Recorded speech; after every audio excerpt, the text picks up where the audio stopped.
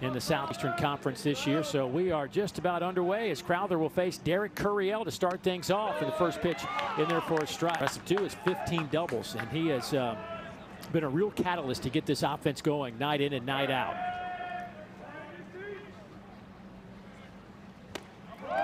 Swing and a miss, 1-2. You talk about poise. Now, this freshman gets it. It's hard to come into this league and just to perform outright like this. And there's a reason why he's one of the best freshmen in the country.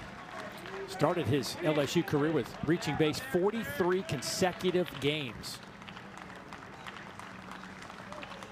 Called strike three, painting the outside half of the plate. And that'll be out number one. Right there. Boy, he hits those spots. Going to be a long night for LSU. Jared Jones, the man they call Bear, at 6'4", 246 pounds. Been hitting that two-hole almost all season long. And disappointing weekend against Arkansas. But still, even with that, how about 337, 16 homers, and 61 runs batted in?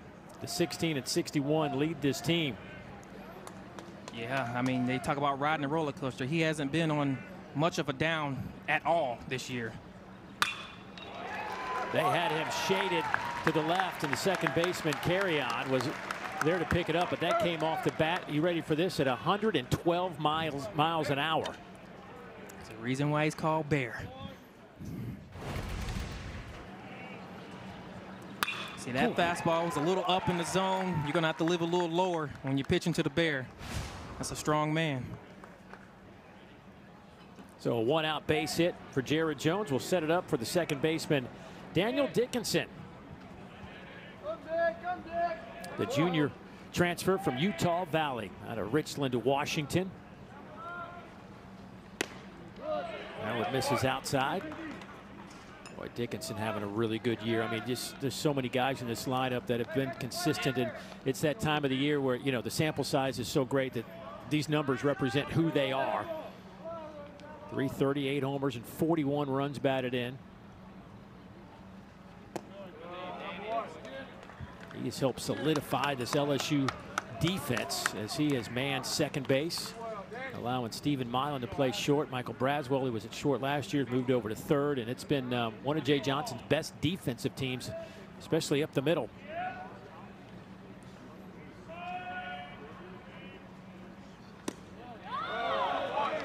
Braylon behind the plate trying to frame that one up for home plate umpire Brian Hell. Didn't get the call, and it's 3-0. And we talk a lot about Jared Jones, but when Daniel Dickinson goes, this team goes. He leads the whole team in on base percentage at 474.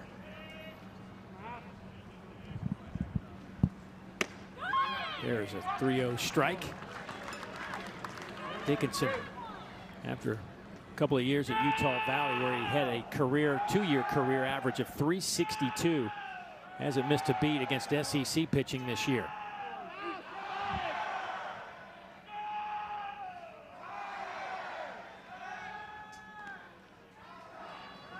Jared Jones has swiped 5 bags this year. 5 out of 9 on the base paths. He even runs like a bear. They can go up to 35 miles per hour. I'm not so sure this bear is going to get there. Although this ball smoked out to left. It is out of here. Home run for Dickinson. A 2-run shot puts LSU out in front early.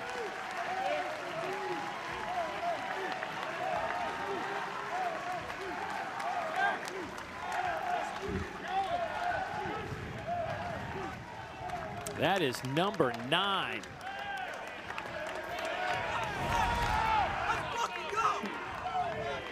Ashton left that one kind of middle away, allowed Dickinson to get his hands extended, and like I said earlier, when he goes, this team goes. Dickinson extends his hit streak, 5 games now. Reached base the last 10 and giving LSU a 2-0 advantage, and picks up RBIs 42 and 43 on his 9th homer of the season.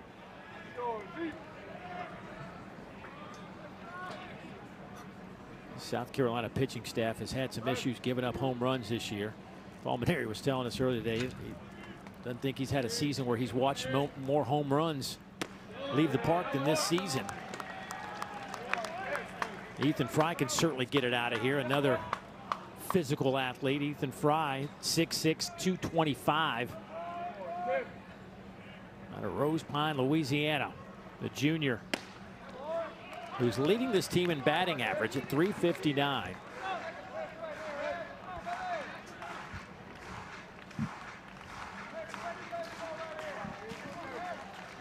Ten homers, 38 runs batted in.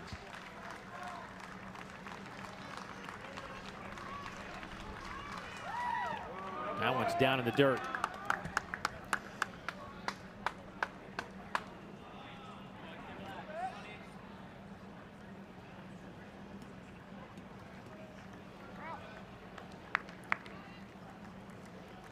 Fry last year, tell you how good he's been.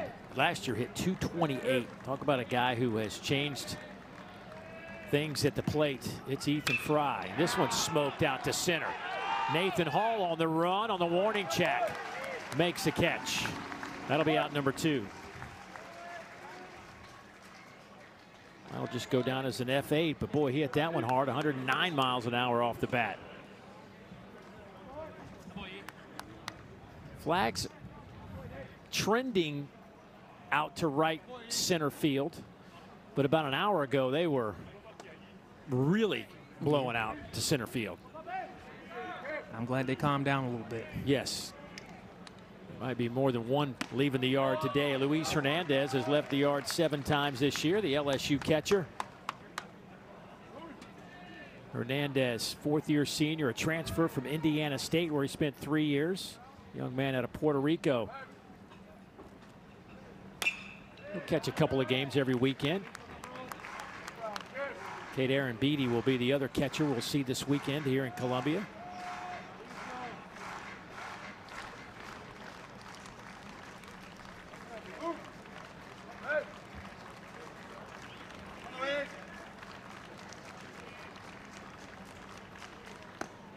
Swing and a miss, and the inning is over. But the 2-run homer from Daniel Dickinson gives LSU a 2-0 lead. We head to the bottom of the 1st. South Carolina joined the conference back in 1992, but LSU leads the all-time series 44-32 with 1 tie in there.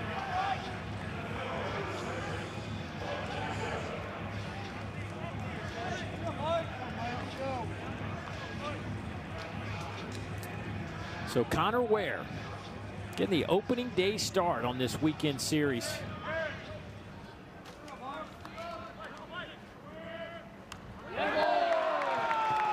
Well, and if you're South Carolina, take him any way you can get him, as Blake Jackson will head down to first. Absolutely. That is the 5th hit batter of the year by Ware.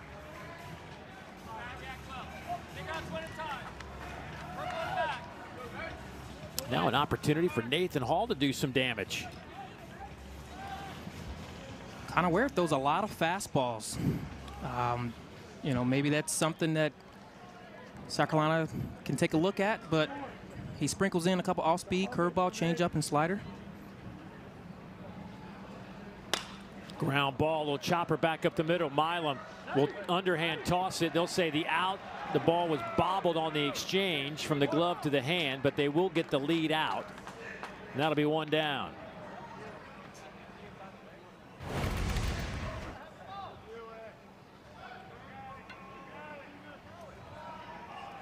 And he just did beat the slide of Jackson. Palmineri already out to talk about it, but it's clear he made the catch, and the ball came out on the exchange. And Coach Manero will head back to the dugout. Got the answer maybe he wasn't looking for, but it was good enough to get him back in there and no challenge. It's the correct answer. Sometimes in the middle of the field, you try to make too quick of a transfer to try to get it out of there. It was a slow hit ball, so you got to be as quick as possible. We're unable to transfer it over, though. So here is the 3-hole hitter, Henry Kazmar. He'll look at one up in the zone. A junior transfer from Ohio State. It's been a couple of years with the Buckeyes before coming to South Carolina this season. Was second-team All-Big Ten performer in his time with the Buckeyes. Had a tough series against Auburn, went just 1 for 11, but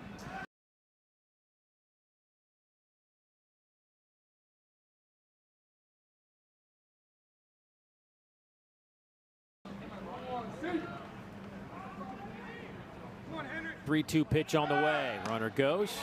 That is ball 4 up in the zone, so there'll be 2 on now for South Carolina with 1 down. Connor Ware, the junior out of Madison, Mississippi, a couple of seasons at Pearl River Community College before coming to LSU this season.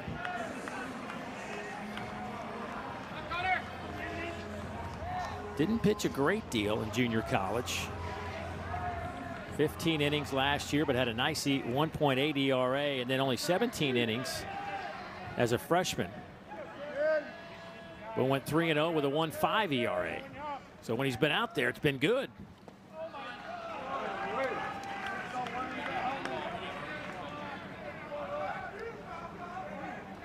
Boy, had a great game, did Ware, against Dallas Baptist back in late February. Dallas Baptist again having another solid season, but threw 4 perfect innings. Got a little tired, gave up a home run to open up the fifth.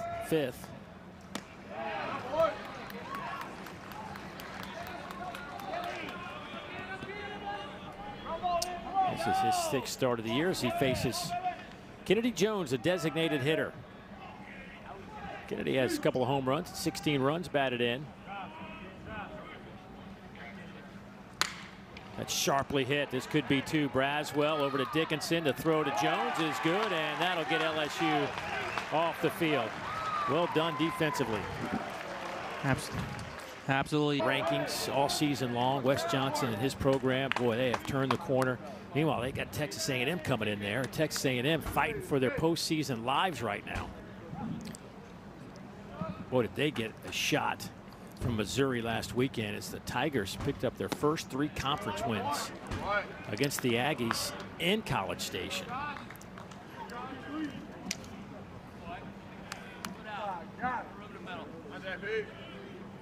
Josh Pearson getting the start tonight, the senior out of West Monroe, Louisiana, a huge favorite with the folks in Baton Rouge. Has just had a wonderful career, fighting for playing time in the outfield with Jake Brown. Pearson Sunday came in a pinch hit situation, didn't take long, and hit a missile back up the middle for a base knock. But a .310 average on the year with 6 homers.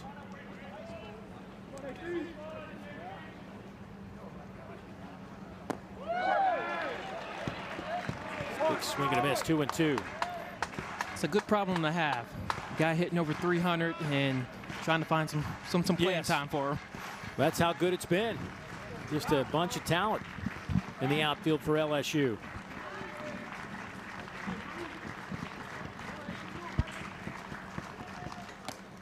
Off the plate, 3-2 from Crowther.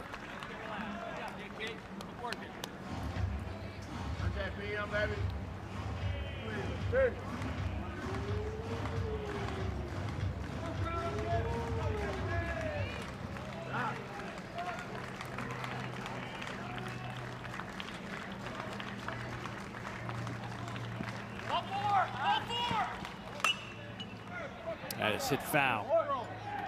Boy, Jay Johnson came out. He said the clock had expired and that should be ball 4 before the pitch was even thrown. You heard a couple of guys from the dugout at LSU say ball 4, and that's because he didn't think the pitch was thrown in time.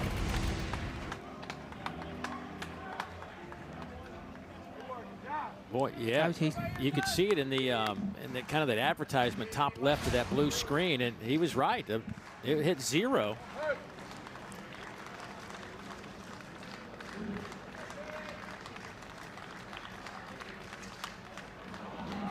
Now, is it till you start your movement? Start your motion.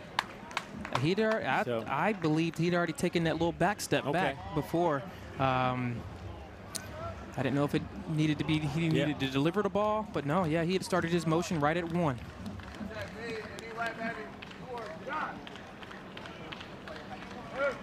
Well, Crowther can clearly see it. Plenty of time here. 14 seconds for a little blooper. The Crowther will get off the mound and catch. Pitchers are athletes too.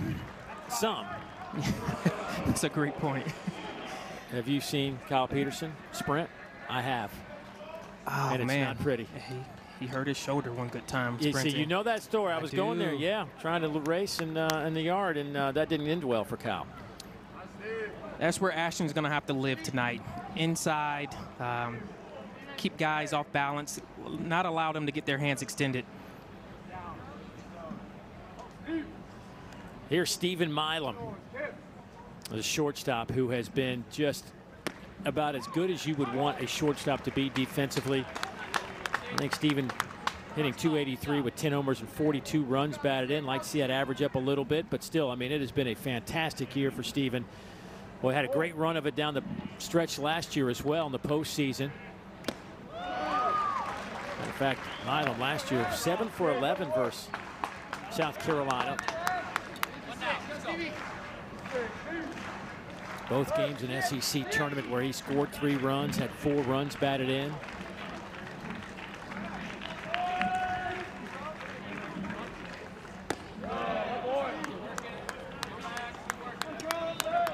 Monster Milam.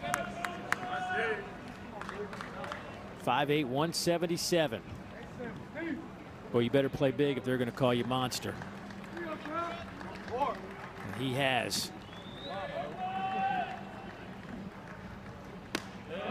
Watches that one off the plate. Hit .326 last year with 8 homers and 12 doubles. As their starting second baseman 59 times last year.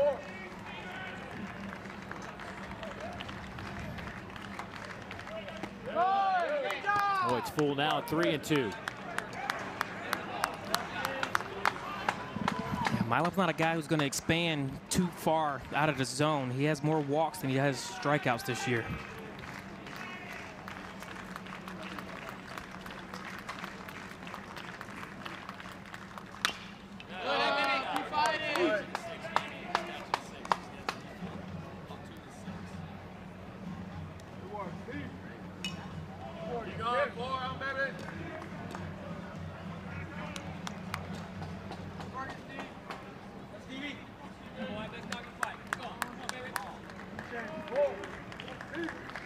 Milam making Crowther work here. Already up to 33 pitches. And draws ball 4 as that one gets away. Throw a 1-out base runner for LSU. As you look at the overall SEC standings, despite a couple of bad weekends.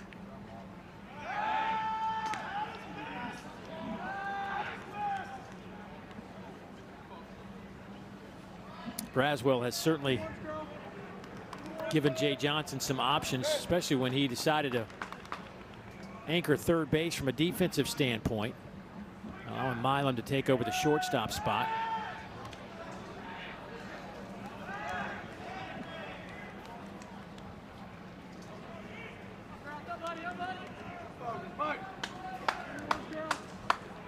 Braswell in 2023 on that super regional team where he was a starting shortstop at .255. 1 homer that year.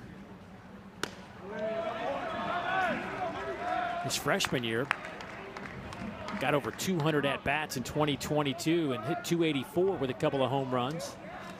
And then last year really took off offensively, hit .311 for LSU, and certainly been a disappointing season in terms of his batting average at .219 this year.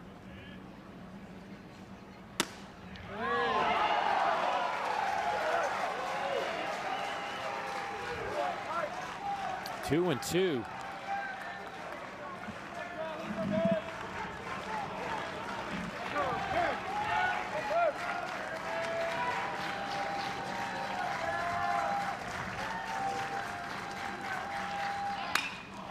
Shot out to right field, base hit for Braswell, and that'll get Milam to second base. In this lineup, but far from a 9-hole hitter, the traditional 9-hole hitter. 321 with 15 doubles, tied for the team lead in that department. But right back up the middle, Taylor made, and South Carolina able to turn it, and they'll get off the field. So we've seen. No, yeah, I was able to kind of sneak through here. I think it comes with knowing a couple people.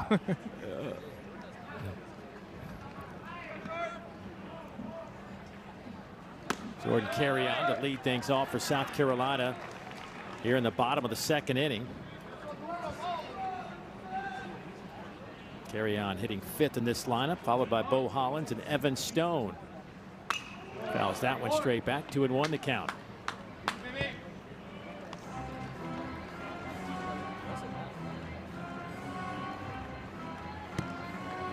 Connor Ware making the start. 4-1 on the year, 20 innings pitched. Did he go? No swing, says first base umpire Danny Cricks. Opponents hitting just 176 against Connor Ware this year. 3-2 now. Yeah, you look at the ERA and it's not indicative of what he's able to do against the batters.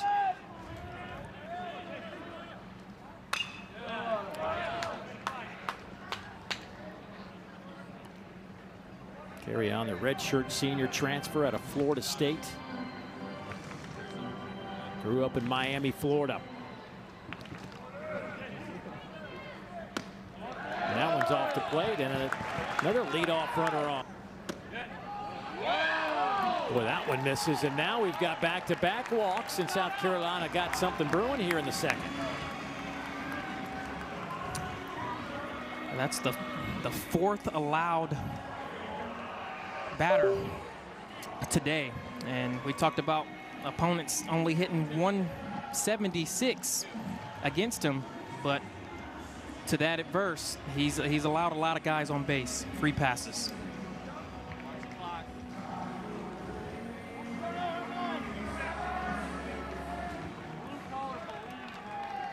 Evan Stone, the senior out of Irmo, South Carolina. Big swing from Evan. Boy, Evan's been despite the struggles of this team, he has been a rock for this group. Absolutely, he brings it every single day, even with it being a down year. Squares up to bunt, and Braswell can't catch up to it, but that'll be strike number 2. He shows up at the ballpark ready to work every day. I think that just shows you what kind of character he has with this being his senior year. I think that's the type of leadership. A lot of people always think that leaders need to have certain numbers or have to be performing at the highest at all times. No, leaders come from being able to know your teammates and getting the best out of them as well. Here's the 0-2 to Stone. Just misses off the plate. 92-mile-an-hour fastball. Stone wasn't biting. All right, next pitch. Come on, sit. Up first, good shirt, man. Come on, baby.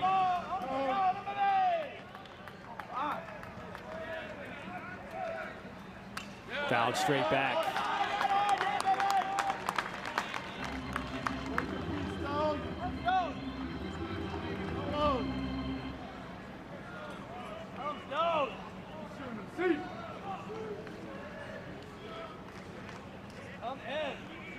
Boy, a golden opportunity for South Carolina to scratch a run or two across here in the second. It's 2-2 now.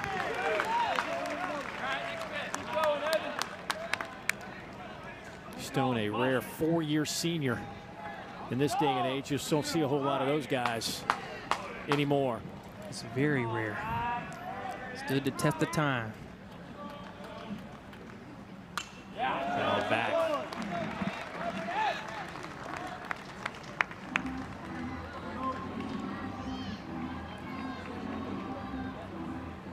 Missed a couple of years in high school.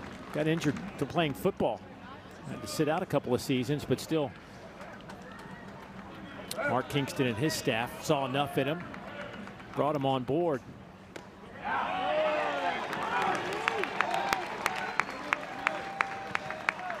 And he's been able to run this count to full at 3-2.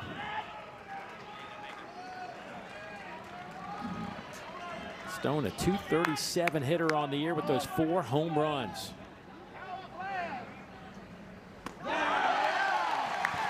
And Ware has now walked 4 and hit a batter, and we're in the bottom of the second and nobody out.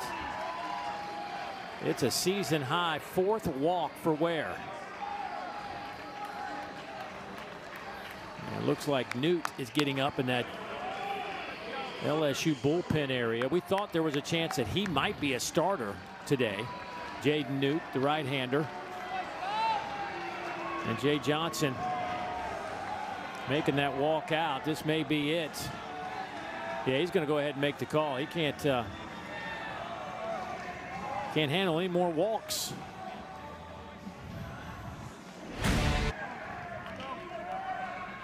First pitch, he fires in there. How about 96 miles an hour? And he'll be facing the freshman KJ Scobie, the third baseman with a .250 average on the year with 7 home runs. Oh, it stays inside. The true freshman out of Lakeland, Florida. Paul Maneri's gone with true freshman at the corners. Just going to ride with them this year. Get them some game experience in the SEC and hope that next year these guys can use this experience this season. As you said, develop some scar tissue. I thought it was a great comment because that's what you get as freshmen in this league. Absolutely. It's so hard to play in this league as a freshman. And obviously, KJ Scobie and Bo Hollins are stepping right in. And out to right field. Pearson on the run will make the catch. This will be clearly deep enough to get a run home as Jordan Carrion scores the first run of the game for South Carolina on a sacrifice fly by Scobie, his 24th run batted in.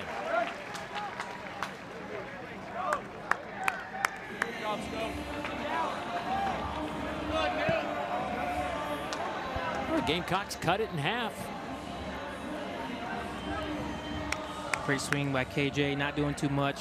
Kind of just knowing his objective is to get the ball in the outfield and score a run. Now the 9-hole hitter, Gavin Braylon, another freshman in this lineup. The catcher, just a tick over 200 this season. No homers and 8 runs batted in. Out of Hampton, Georgia.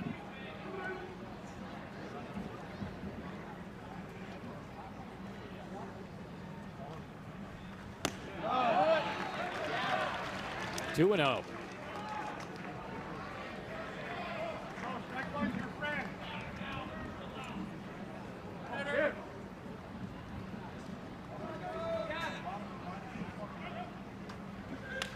Foul back, 2 and 1.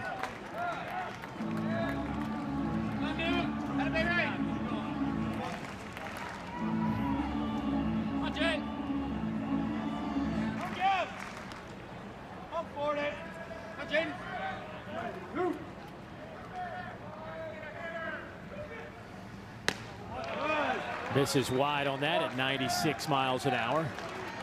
And now it's 3 and 1. Talk about a good hitter's count for a guy hitting 203. You'll take this. Absolutely. You can all go with 2 mindsets. Be aggressive or see another pitch. Being aggressive on a fastball running in on him. Newt with that ERA right around 4. He struck out 29 guys this season. Walked just 11. Fouls off another one.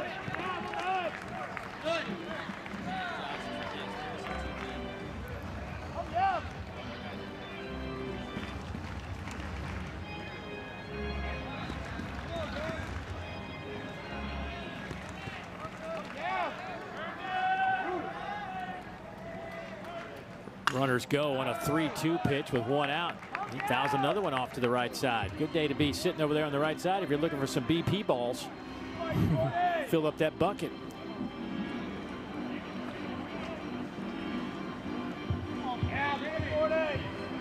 South Carolina this year just 27-26, 5-22 in conference play.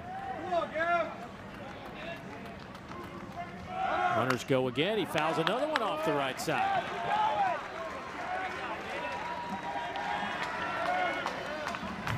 South Carolina's really making the pitchers work this inning. Got 3 walks so far and a lot of spoiled off pitches.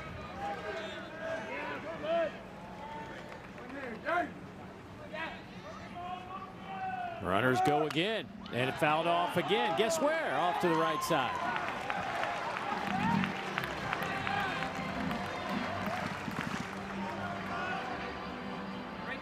That's probably his 4th foul ball.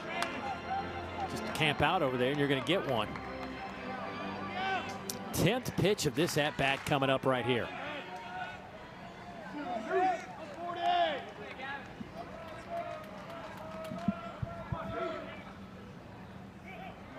Runners go again. Ground ball. Good thing they put him in motion. Milam's only play is over to first. So they avoid the double play, but move the runners up to second and third with 2 outs. See, that's the thing you won't really see in the box score. You have a great at bat like that, and you're able to battle him, make him throw a couple pitches, and who knows, maybe he'll make a mistake to someone else.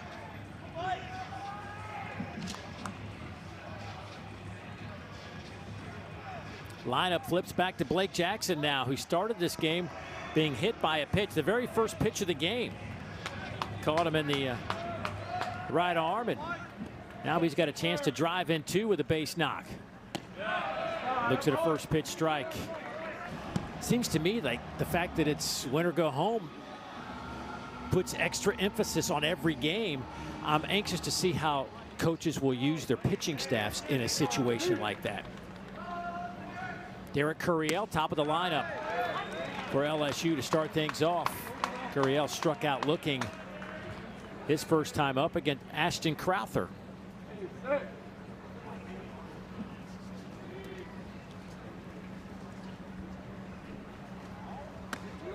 He'll look at a strike. It's 0-2.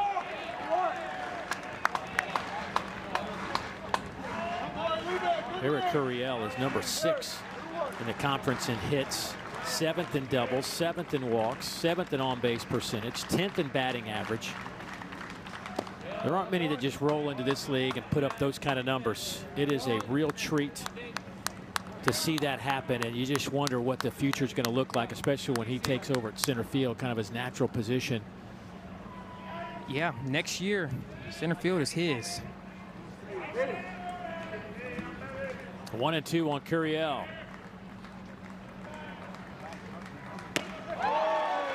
Back-to-back strikeouts.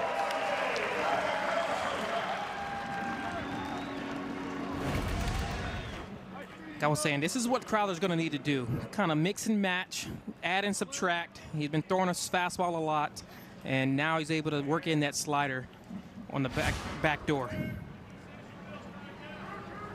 Jared Jones hit a ball 112 miles an hour right back up the middle for the first hit of the game back in the first inning.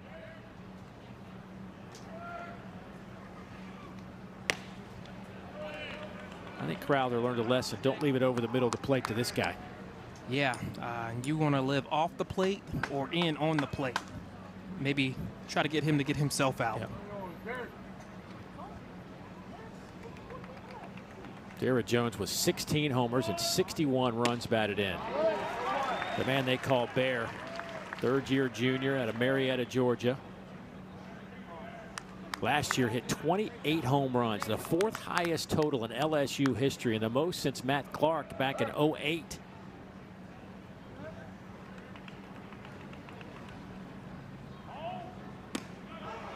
A breaking ball sneaks in there, 1-2. Went hard in, soft away. I think you either try to come back in or elevate.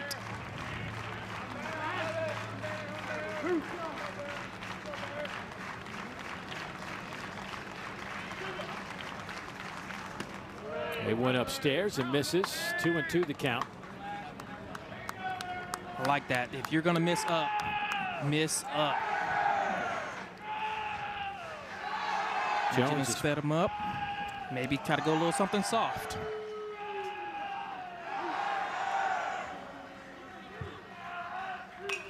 Fouls it off.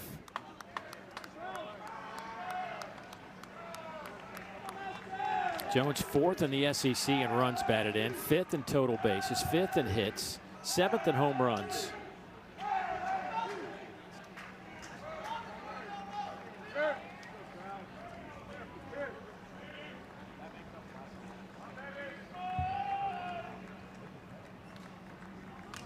Fouled that one back.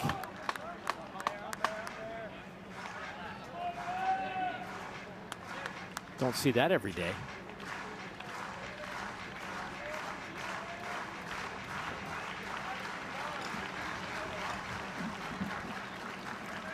Using that Marucci Cat X2.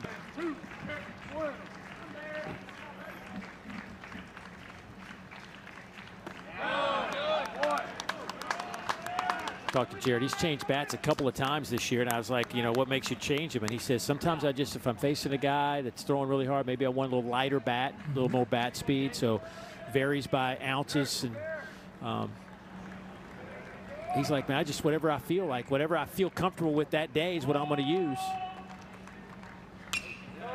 I remember teammates being like that. They had to try everyone else's bat out, just kind of see what they like. They would get all the specifications that they wanted from other people's bat to try to blend into one.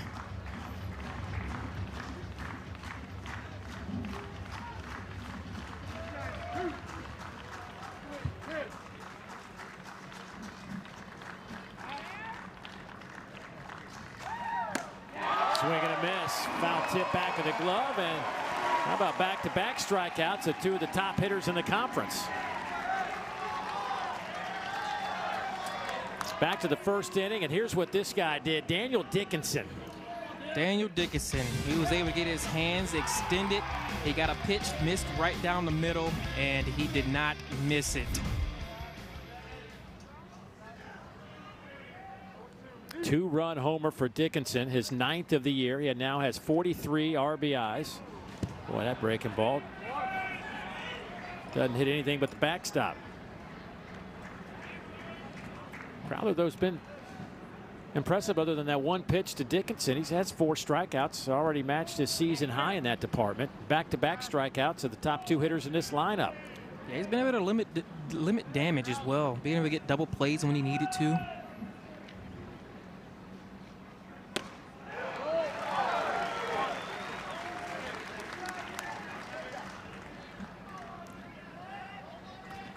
Really makes a difference when he's able to throw his off speed for strikes.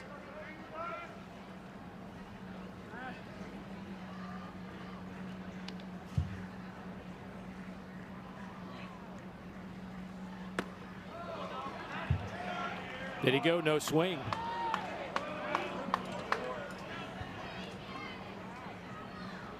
Dickinson came in with certainly some expectations. D1Baseball.com had him ranked as number 3 on their top second baseman and ranked as the number 2 top transfer coming into this season.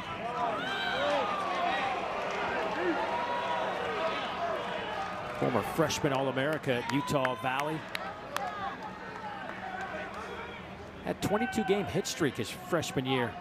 Ended up hitting .376 that year.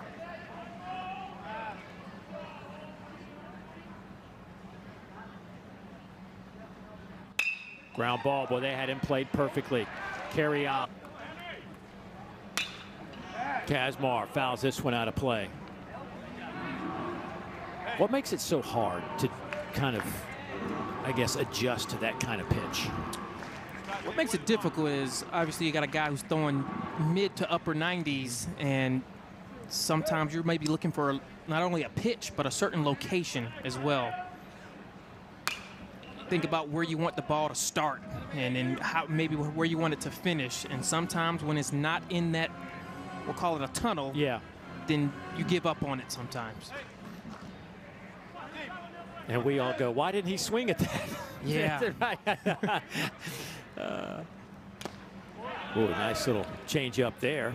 Foul tipped, 0-2. There's been a lot where people have asked me, why didn't I swing at that? And I tell them, I don't know. I'm thinking the same thing. Why didn't I swing at it? It's just got to be so hard to adjust, man. You know, just when guys throw so hard these days, 97, 98, and I don't know how they, especially these younger kids trying to adjust to a pitcher who's like a Kate Anderson, who's mid-90s with a fastball, who's got a great hook. How you play that game, man, I just don't know.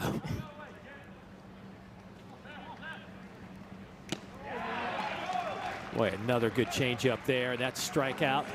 And out number 2. Yes, Jaden Nunez came on and limited damage on the bases loaded, and now he's going to work. Back-to-back Ks. And here comes Kennedy Jones, who hit into a 5-4-3 double play to end the first inning after South Carolina had a couple of runners on base. Average now at .258 with a couple of home runs this season.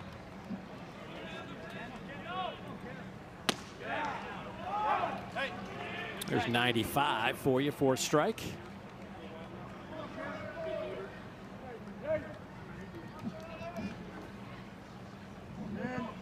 Jones has been playing some left field, been DH this year. Ground ball to Milam, charges, fields, throws, and that'll get LSU off the. Well, that ball was hit 108 miles an hour off the bat of Ethan Fry. Yeah, that goes back to that fastball. When they're sitting on it, makes things a lot easier to hit. That ball shot out to left. Blake Jackson on the run, makes a nice catch of Josh Pearson. Josh thankfully pops up. Boy, that'll make your heart skip a beat.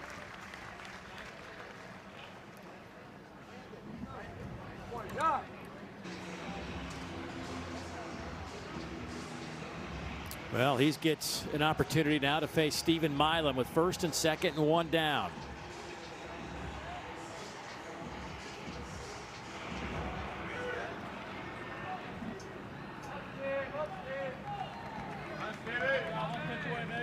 Milam walked his first time up. Ground ball. This might be the double play. Can they turn it? Milam hits into the 6-4-3 inning-ending double play. Somebody's going to get to Friday, I think.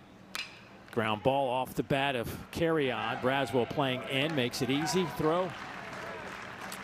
If you look at the SEC standings, top to bottom, I feel like there might be somebody of that group of 8 that have to play on Tuesday that might be able to sneak in and get to a Friday. I mean, the fact that Florida right now is 13 and 14. Listen, the way they started, the way Mississippi State started, heck, Mississippi State let Chris Lemonis go 2 weeks ago, and they might even get into the tournament. A couple of wins down the stretch. Yeah, top to bottom. This is a very good conference. You know, Florida beating Alabama down 5-4 to Alabama.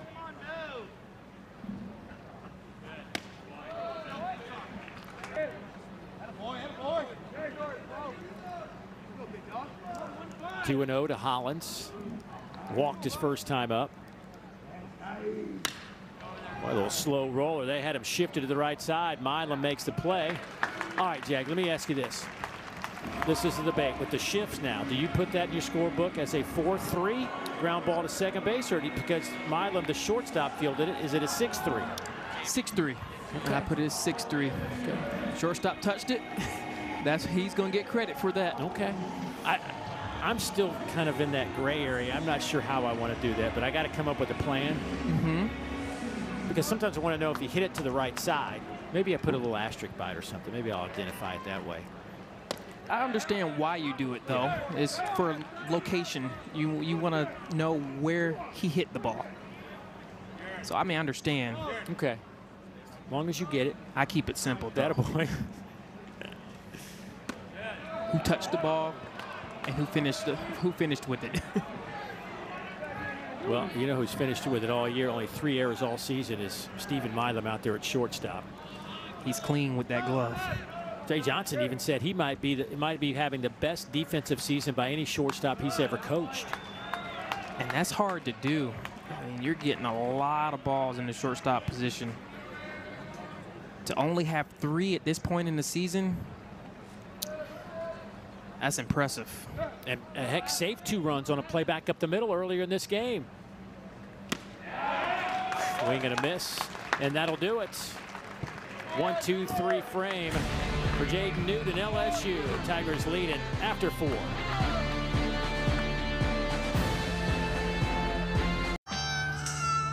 Fraud after a 2-run homer from the 3-hole hitter Daniel Dickinson back in the first inning.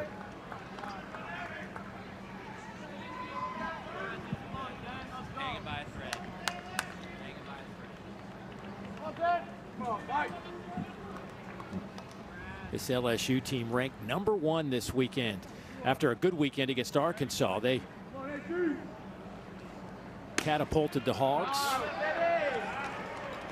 Arkansas went and had a great weekend against Texas at home, sweeping the Longhorns. First blemish, really, first tough weekend for the Longhorns. And then had to go on the road in Baton Rouge last weekend. And there's a walk to start things off on 4 pitches to Braswell.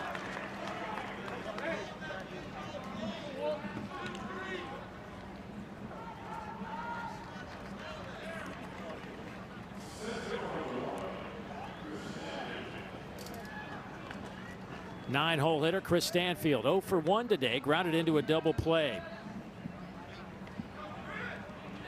Stanfield now at .318.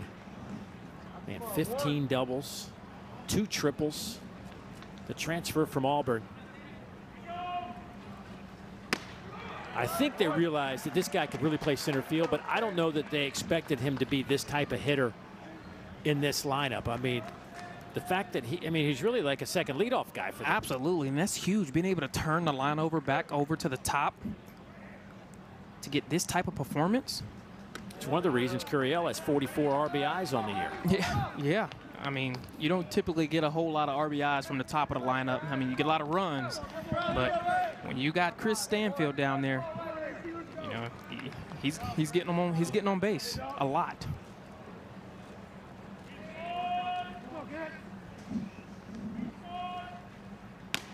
That one misses outside, 2-1. Brandon Stone getting loose for South Carolina, the 6'6" sophomore. Crowther, longest outing this year, gets a big out, #1, as the lineup goes back to Curiel. Third time he's seen Crowther, and Crowther's got the best of him the first 2 with 2 strikeouts.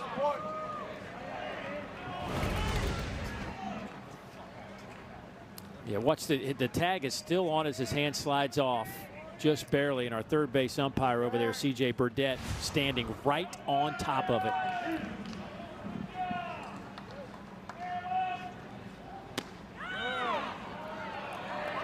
Well, that one misses, 2-0. Wonder what Curiel's thinking third time through against Crowther after 2 strikeouts, 1 looking, 1 swinging. Yeah, he's been pretty patient with all 3 at bats. I think he's seen enough of them to feel for what he wants. Boy, now it's 3-0. First time through the lineup against Crowther, LSU was 3 for 8, a home run. Second time, 2 for 7 with a walk and a hit by pitch, but nothing on the board on the line that matters, and that's the runs. 4 strikeouts, 4-pitch walk. I wonder how much longer Terry Rooney and Paul Maneri are going to stick with Crowther, and it looks as though this might be it. Yeah, here comes Paul Maneri. I think he realizes that 4 1/3 out of Crowther is going to be all he's going to get. 79 pitches, but a nice outing by Crowther. We'll update the change when we come back.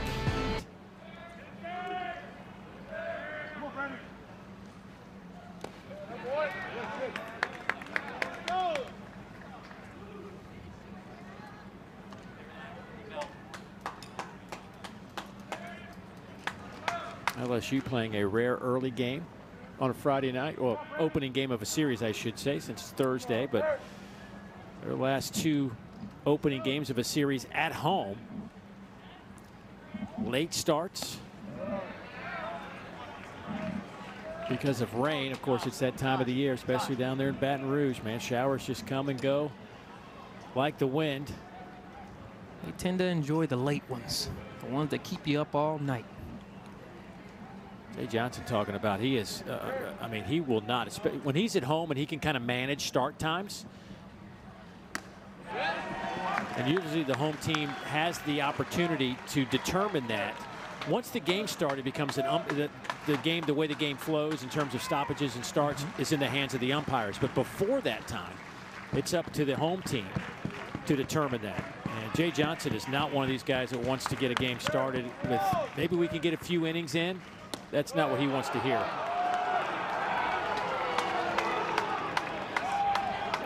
It's 3-2 now on Bear Jones. It's a really great take by Jarrett. After just taking a pitch previously, being able to try, got Brandon trying to expand the zone a little bit, try to get him to chase. He's seeing the ball well right now. Runners go. Smoked into left. Stanfield turns the corner. Curiel will stop at third, and they got him. Curiel decided to stay on his feet and is thrown out by Blake Jackson and left. That's a heads-up play by. Heads-up play by Blake Jackson. Knowing the situation, knowing that the runners are going, and anticipating, obviously the runner's going to score, but just throwing it straight to third, knowing Jarrett's not going to go to second. It's a low risk, high reward type play. Well, I'm not sure what Curiel was thinking, not getting down. He stood up as he went into third base. That's the second runner this inning thrown out at third base. Braswell was thrown out from right field. Especially when the play is right in front of you. You know it's a hard hit ball to left field, and you have to get down there.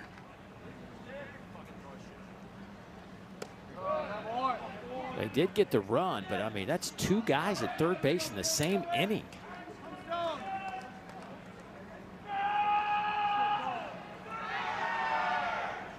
Two 2-0 to Daniel Dickinson with a home run today, a two-run shot.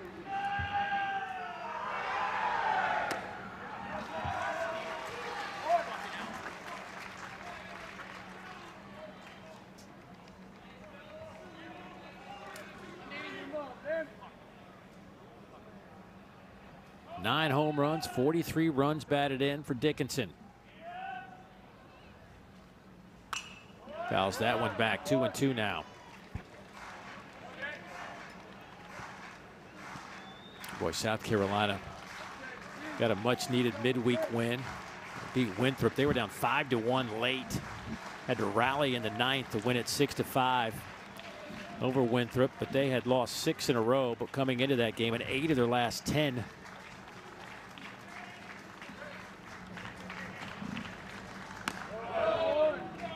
They were swept here at home against Florida, and then went on the road against Auburn, and just things just went south, to say the least.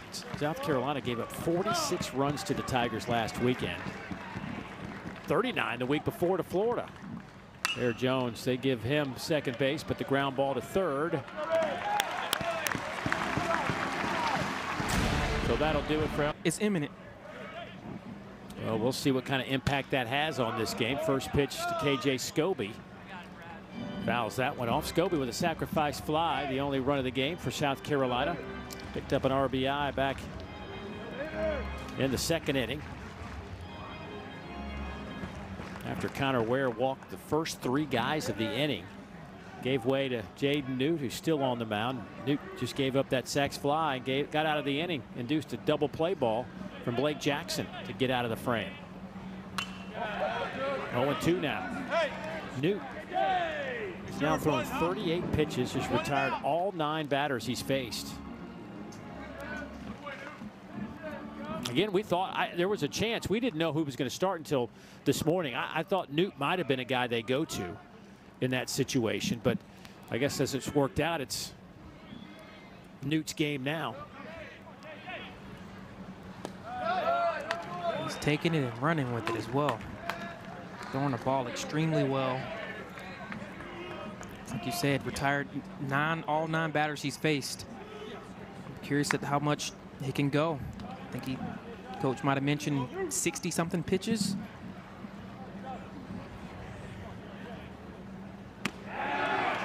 Boy, how about that 77-mile-an-hour pitch that just absolutely froze KJ Scobie. Yeah, you talk about a tunnel. If he's thinking fastball, that's not where he wanted it. But obviously, the curveball surprised him, froze him, and locked him up.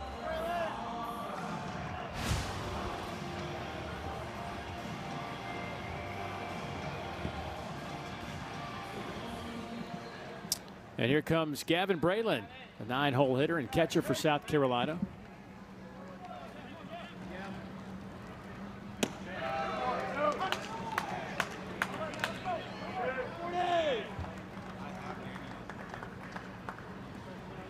No homers and 8 runs batted in.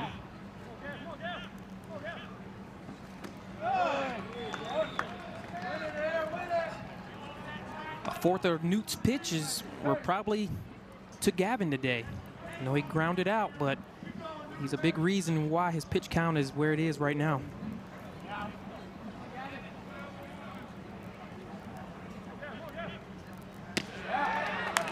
There's a strike.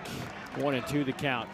Newt's a guy that his first year at LSU redshirted after having Tommy John surgery last season. Went through that whole rehabilitation process, only pitched 1 inning, and that was against Vanderbilt back in April. That was it.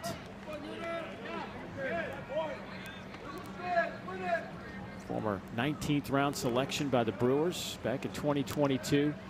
I mean, he came out of high school as one of the best arms. Matter of fact, he was the #1 ranked right-handed pitcher in California in his class of 2022. At the knees, and that one just misses. It's now full 3-2.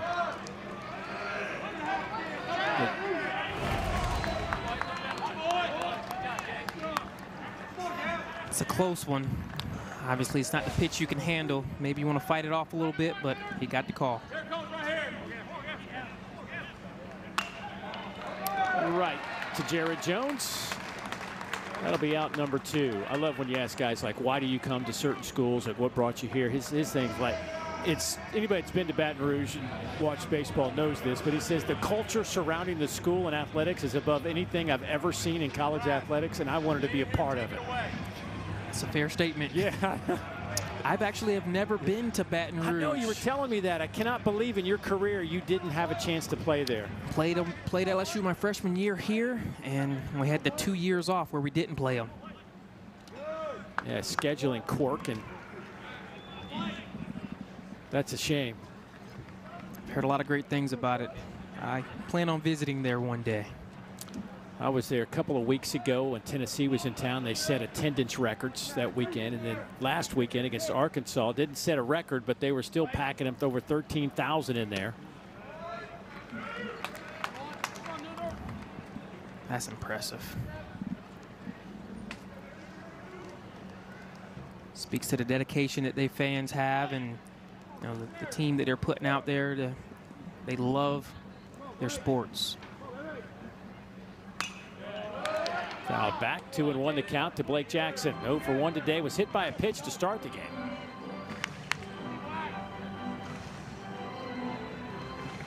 Blake, the senior transfer, second year out of here at South Carolina, came out of Charlotte.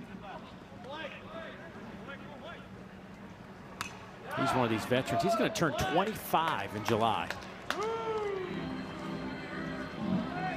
He's been around for a while. Yeah.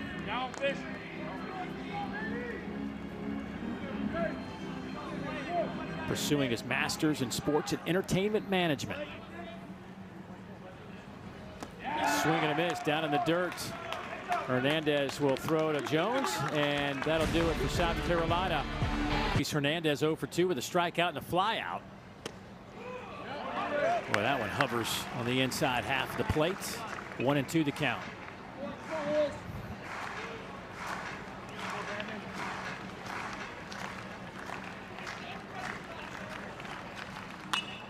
Popped him up. That's going to stay in the ballpark, and an easy catch over there at third. But wearing the garnet of South Carolina this time around. LSU leading the Gamecocks 3-1 here in the bottom of the 6th inning. Boy, Brandon Stone and Jaden Newt out of the bullpen have both been very impressive. Yeah, they've been able to get the job done. Retiring guys. Well, that ball, I don't know if Braswell saw it clearly or not. He went to his left and the ball shot to his right. Yeah, I'm curious as to skip, grass is wet or something.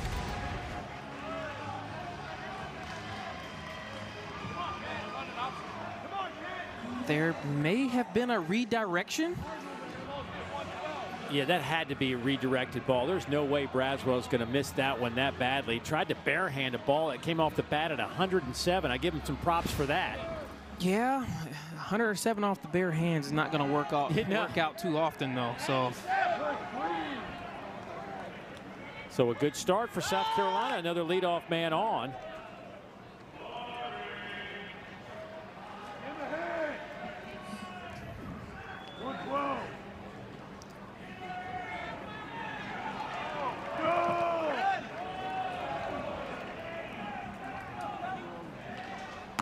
Kazmar 0 for 1 today, looks at ball one.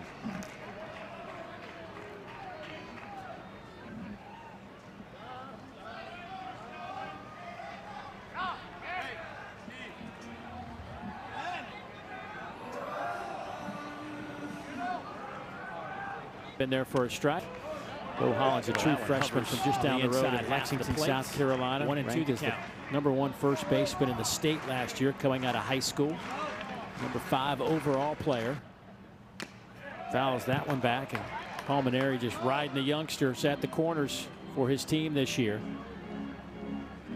Of course, comes from an athletic family. His dad played in the bigs for 12 years, all-star back in '93.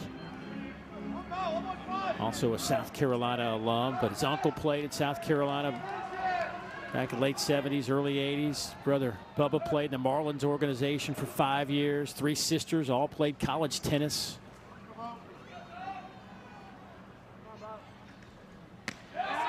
Just breed athletes in the Hollins family. I like to say we did that in the Neal family as well. That's true. I know some Neals.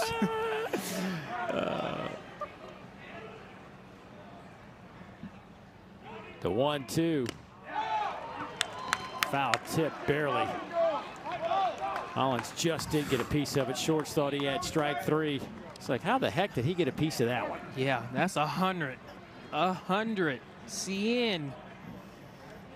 In on the hands, and he was able to fight it off. Hernandez caught the brunt of that foul pitch. Jay Johnson coming out to talk to Luis.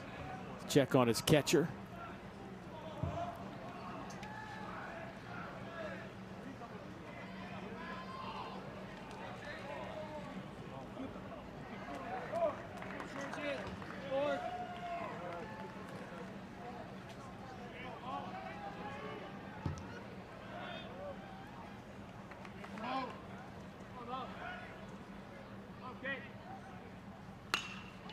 Another 100-mile-an-hour pitch fouled off by Hollins. Jay Short's looking in there like, are you kidding me? Those are 2 unbelievable pitches.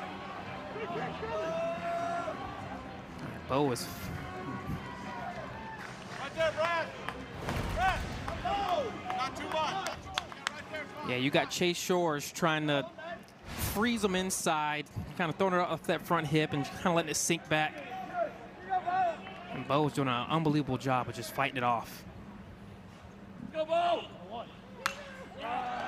Again at 100.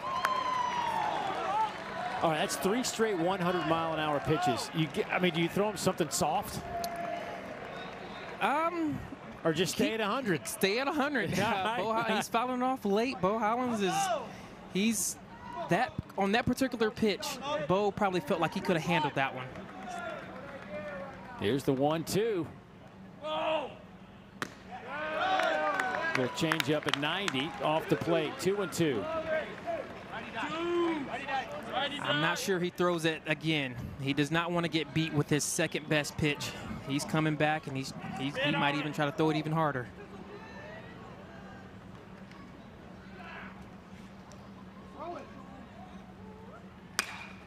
He did change up, and he slaps it to the left side with the shift on.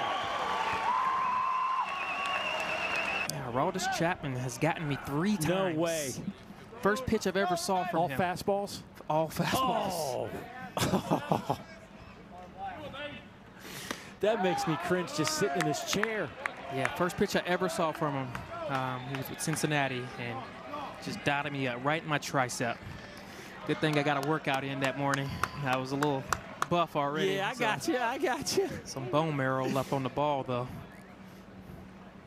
So, line to third, and that'll do it. I'm going to ask you about that when we get back.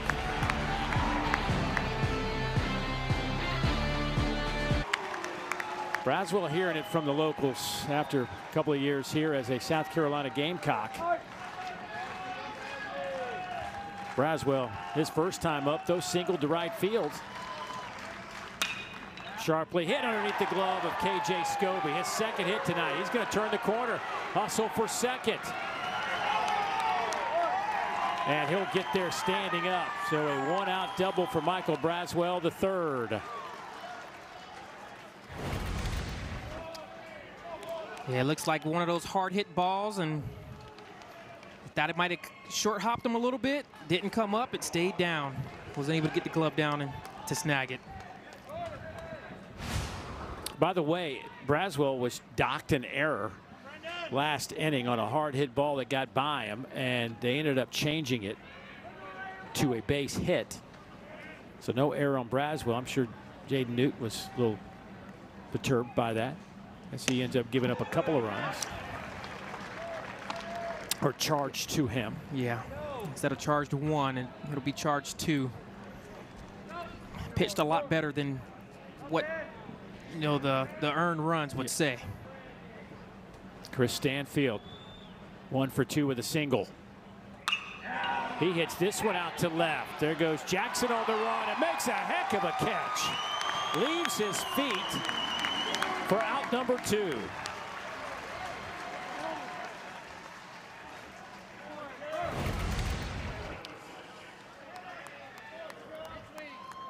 Unbelievable play by Jackson, ranging towards the line.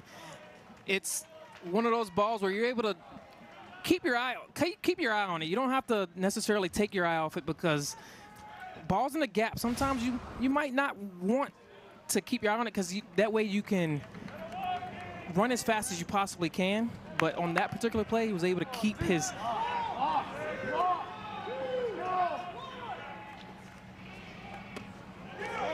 concentration where he needed it, and to also keep Michael Braswell from advancing to third.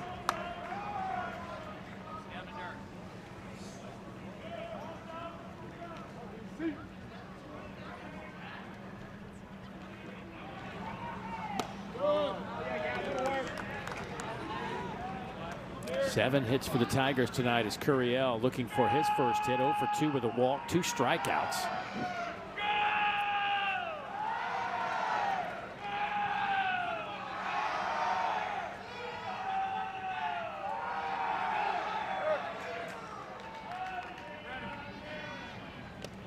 And he got hit in the back foot. First and second now.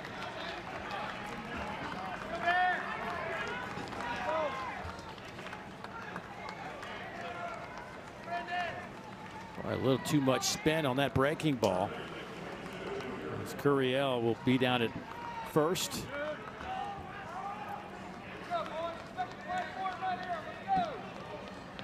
Jared Jones 2 for 3 with a single. Both his base hits have been hard. Knocks off the barrel of the bat. 341 now. If you just saw that, you're Jared Jones. I mean, if you just saw that, you're more than likely you're dead red in fastball. Slider in, slider off. Just a fastball. He was a little late on it, but I wouldn't throw it too often in that same spot. Might want to get that down a little bit.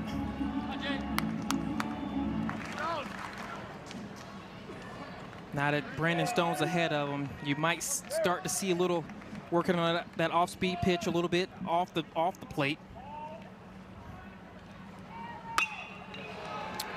Off to the right side. I think that'll get up to the berm, and it will. Strike 2.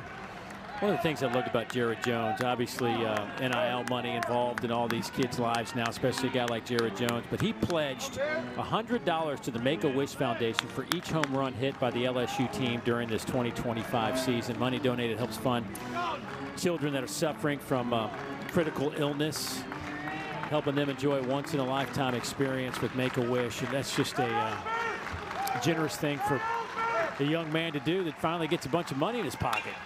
Absolutely. I saw that as well. And obviously, you talk about his character. He gets it. You know, it's more to this than just baseball. And anytime you're able to give back, it's a true treat. And it's great to hear about that young man. I've enjoyed getting to know him the last couple of seasons. He's from my neck of the woods in Marietta, Georgia, and played some baseball. Same vein as my son, and so we have some connections, and just a really, really fine young man. Southern hospitality. Who can really hit, by the way. Yeah. But if you haven't noticed yet, he can really swing it. Watch that one up and away, 2-2. And one of the things that Coach Johnson has talked about with us today is like what's overlooked because he hits it so well is the fact that he is an excellent defensive first baseman. Yes, absolutely. He can pick it. But like you said, he hits it so well that sometimes his defense is overlooked. Swing and a miss. Stone gets the best of Jared Jones. 94-mile-an-hour pitch, and the inning is over, and LSU will leave a couple. Stand over there at first base.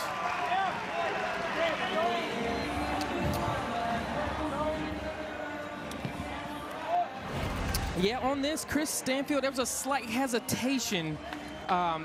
Slightly, a little step back, and then he ranges in, but try to make a dive in play. But it was a good job on his part by keeping the ball in front and limiting damage. For the 4th time tonight, South Carolina gets their leadoff runner on. Chase Shorts having to work out of the stretch. Gavin Braylon, the 9-hole hitter, he squares up to bunt. Boy, he just defended. That was almost self-defense. That ball was riding up and in at 97. Yeah, that's when you see that thing barreling down at you, your immediate reaction is to get out the way. Goodness. It's fight or flight.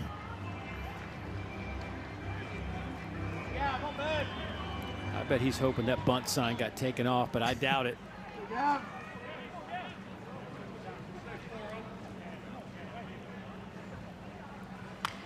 Lays the bunt down perfectly. Jones will scoop it up.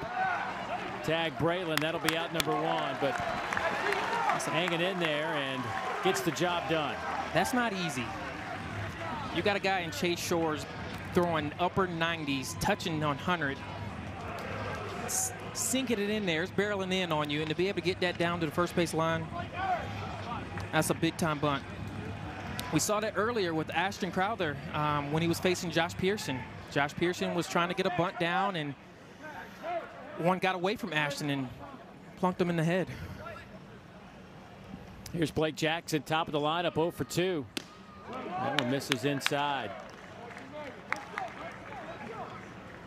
Blake. Just a 194 hitter. Hasn't had more than 1 hit in any game this year. Looking for his first hit tonight. Looks at an off-speed pitch in there for a strike, 1-1.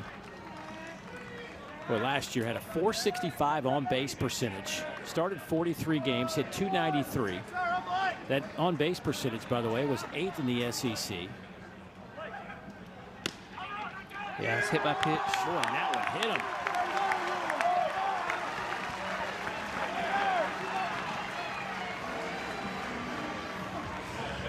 Matthew Becker, along with, or excuse me, DJ Primo is 41, the left-hander. Cooper Williams, 29, the left-hander on the other side, getting ready to go.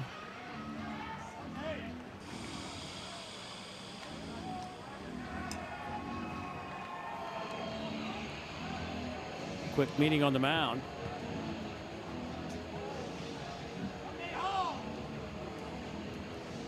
Again, Connor Ware got the start today, went an inning, pitched into the second, but didn't get any outs after he walked 3 straight batters. And Jaden Newt came in and pitched well for a moment, or for a few innings. Yeah. And has turned it over to Chase Shores as we settle into a 3-3 game here in the bottom of the 7th. South Carolina scrapping to hang in there.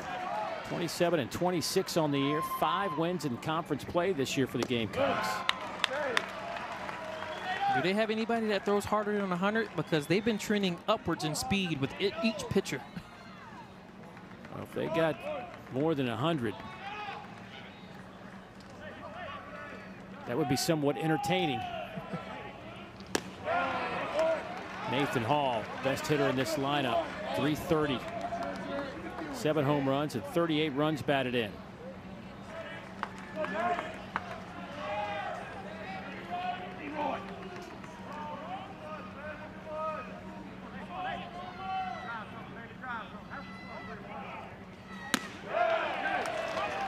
Hall's already got a base hit and scored in the 6th inning. Get into a fielder's choice and a strikeout. His other 2 at-bats.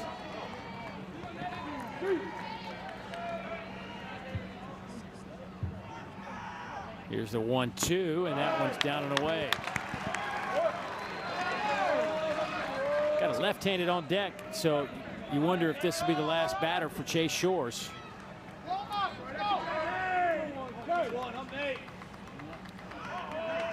I think it might. They have a left-hander warming up in the bullpen.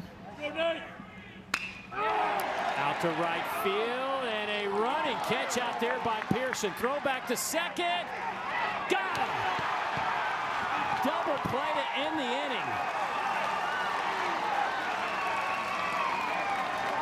KJ Scobie out there at second.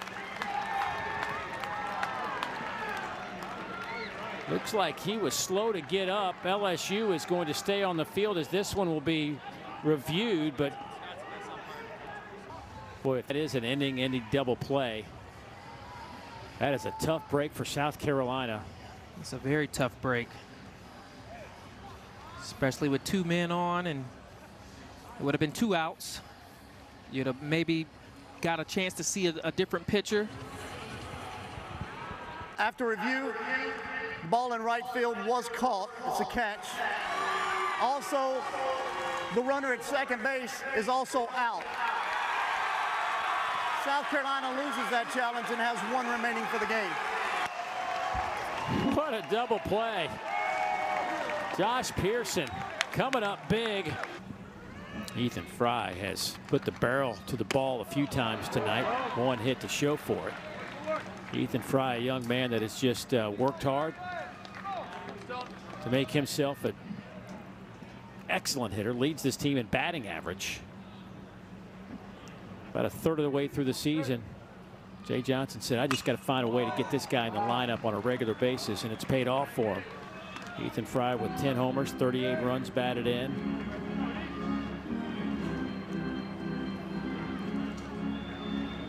Is that middle of the field approach working for him tonight? Every single one of his balls have been hit to center field. 0-2 on Fry. Buried down in the dirt.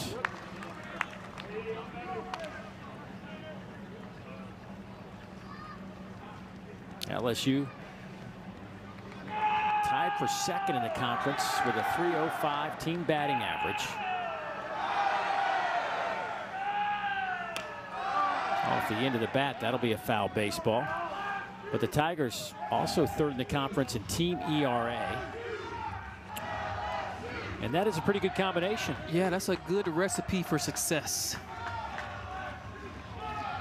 LSU pitching staff #2 in the country in strikeouts per 9 innings. They average just about a dozen a game over 9 innings.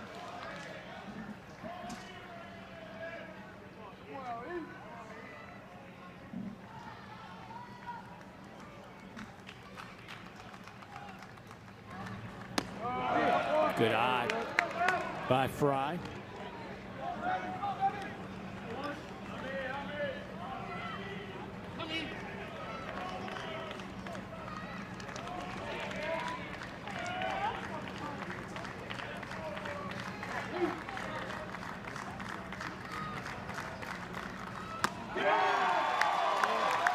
.92-mile-an-hour fastball gets Fry. After seeing a steady dose of slider down and away, he was able to elevate the fastball and get it by him. Sometimes, you know, when you try to stay back on the ball, you want to shoot the fastball the other way. At times, though, when it gets a little elevated, you tend to be a little late.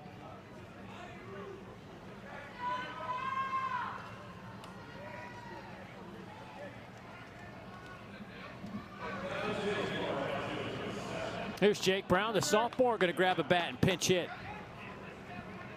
He'll hit for Luis Hernandez. Jake Brown helped lead LSU to a series victory over top-ranked Arkansas last weekend, hitting .625. He went 5 for 8 with 2 homers, 5 runs batted in, scored 4 runs. He homered twice in a game for the first time in his career in Saturday's contest against the Hogs.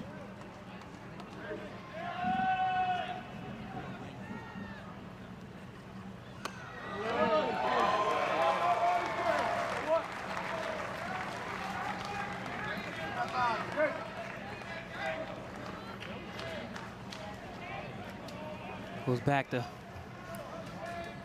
Jay Johnson being able to just plug in guys hitting over 300, playing in the outfield.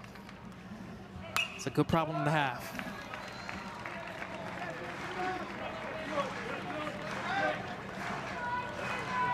Brown hitting .288 against the SEC. .313 overall this year.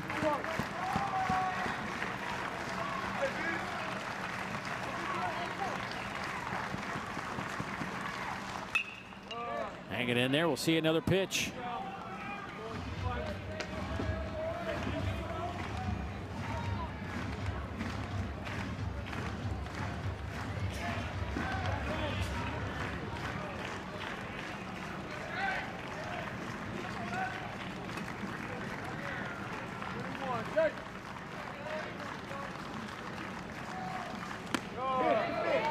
Two and two.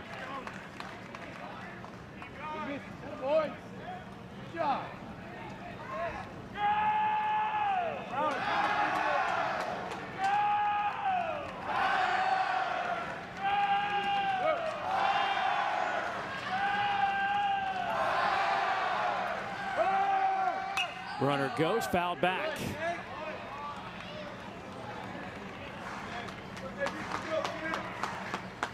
Boy, you just feel like this is such a huge moment right now. I like that pitch right there on 2-2. Obviously, he's trying to elevate it for a strikeout. I would actually like for him to possibly go down in the zone, see if he can try to get a double play out of this. Sinker guy by trade. Goes that direction, but Brown wasn't biting.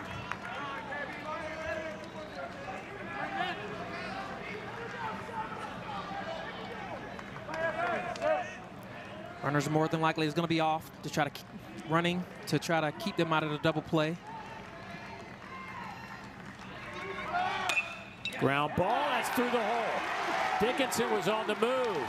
He'll wind up at third. So they'll have him at the corners with one down.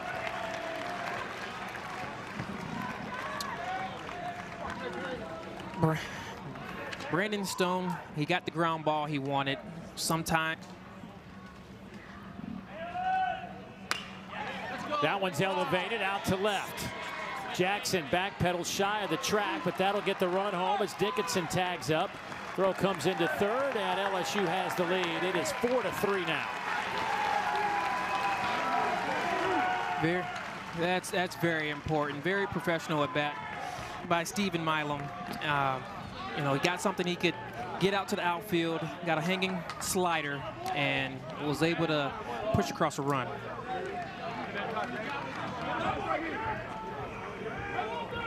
Well, runs are at a premium at this particular point in the game. Here's Braswell, 2 for 2 today. It's funny, after a couple of base hits, go for 2 for 2, the little cat calls and some of the boos when he came to the plate, the former South Carolina Gamecock, kind of quieted down, didn't they? Absolutely. Performance always either quiets the storm or makes it louder.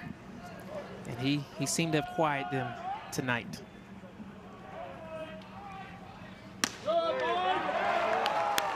In there for a strike. It's 0-2 on Braswell. Has a single and a double. Stone up to 60 pitches out of the bullpen.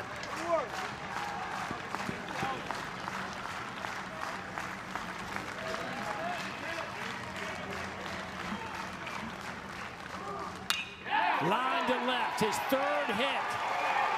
It's going to produce LSU's 5th run. And he raises his arms over there at first base.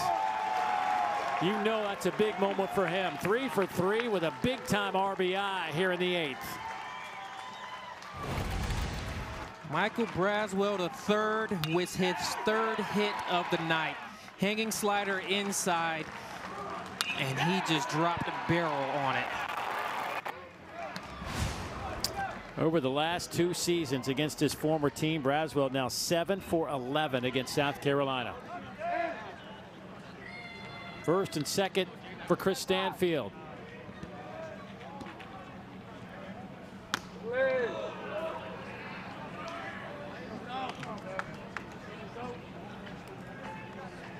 Stanfield with a single back in the 5th. Get into a double play.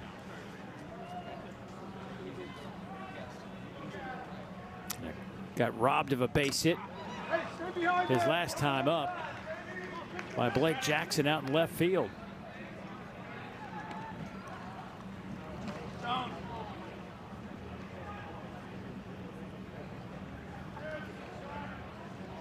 LSU's been peppering the left side over there. Jackson's been a busy man.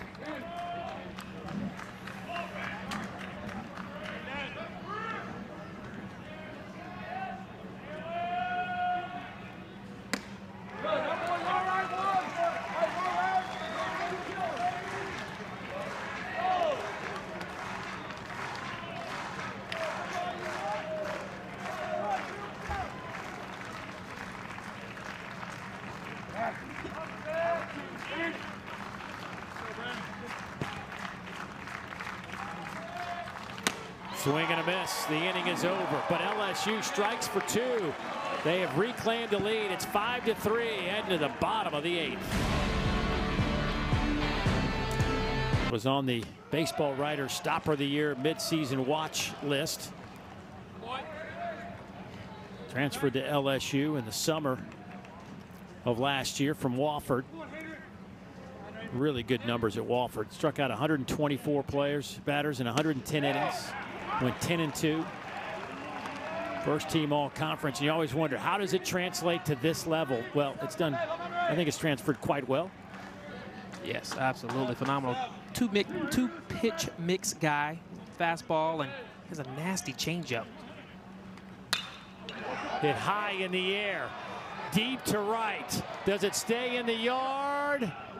Brown may have kept it in. It's off the top of the wall.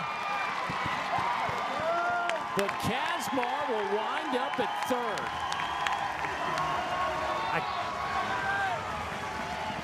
Hard to see if Brown actually got a glove on that or not. Right as I say it, changeup. Henry Kazmir with his 2nd triple of the night. And I don't think it was going to be a homer, but you know,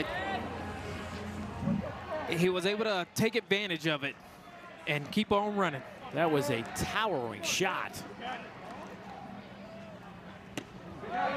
Big swing and a miss there from Kennedy Jones. Gasmar has 5 home runs, just missed number 6 by inches. Second triple tonight by Henry.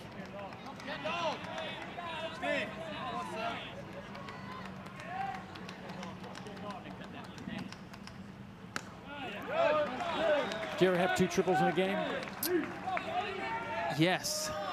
Why did I know that you were going to say yes? It's very tiring. Right. You'd rather get 6 bases a different way. Yeah.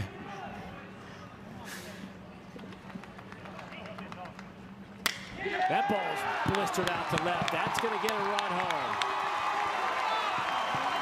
It's a 5-4 game.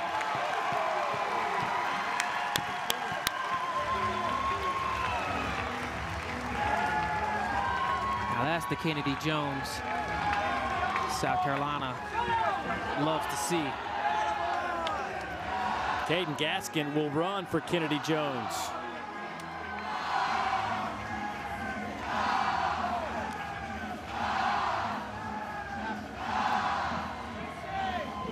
Well, South Carolina's got a little something brewing here in the bottom of the 8th inning. Back-to-back base knocks. It's 5-4. Gamecocks now with 6 hits. They didn't pick up their first hit of the game until the 6th. That one's up and out of the zone.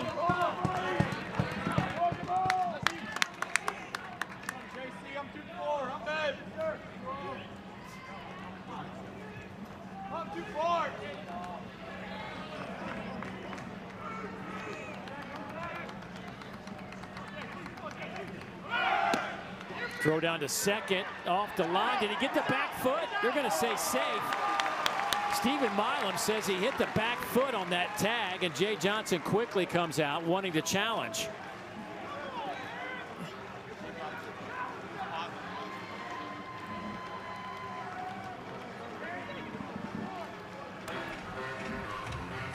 LSU is challenging the play at second base. Previous plays under review. I think Jay Johnson almost also wants to see if there might have been some interference at the plate. The way he came out and talked to home plate umpire Brian Hale a moment ago. Caden Gaskin didn't get the best of jumps, but it almost seemed like it could have been a hit and run. He got him. He sure did. Right on the leg. It seemed it could have been a hit and run in play. Typically, when you're taking off, you're not necessarily trying to steal the base. You're kind of entrusting that the hitter is going to put the ball in play.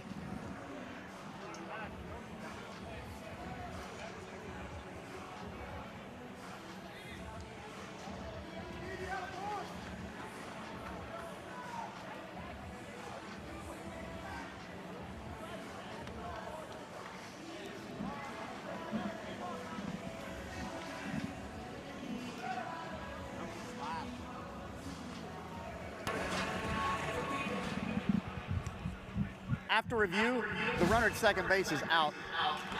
LSU retains the challenge, still has 2 remaining for the game.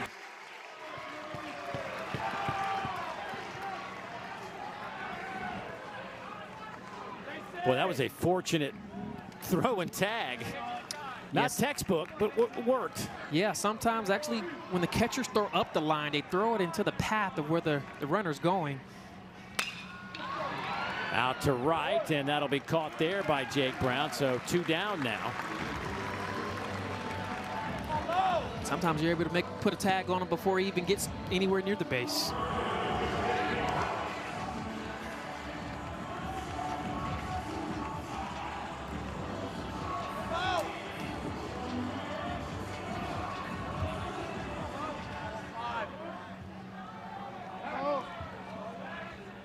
Two down for Bo Hollins.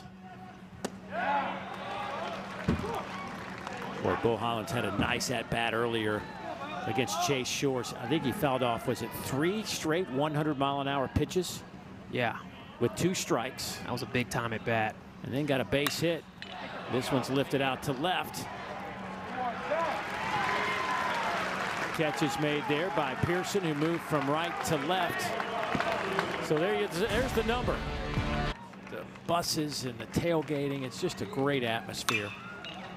Base hit, no, fielded by the shortstop. Kazmar able to make the play, and that'll be out number one. Been a tough night at the plate for Derek Curiel.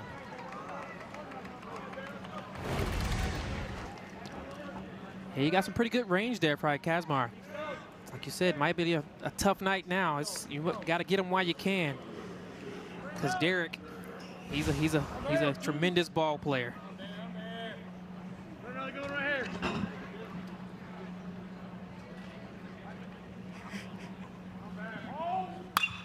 Ground ball, Kazmar again comes up and fires. Hey, how you doing, Henry Kazmar?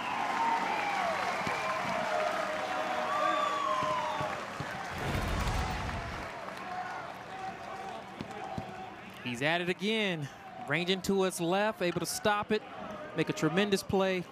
Great throw. Those are plays you need. Give you a little momentum going to the bottom half.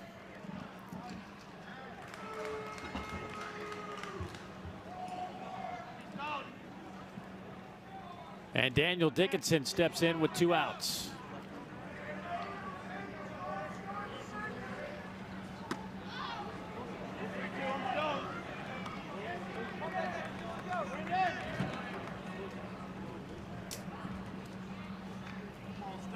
Dickinson 2 for 4 today. Had that home run, seems like a long time ago. Was back in the first. 2-run shot over the left field wall, left center into the LSU bullpen.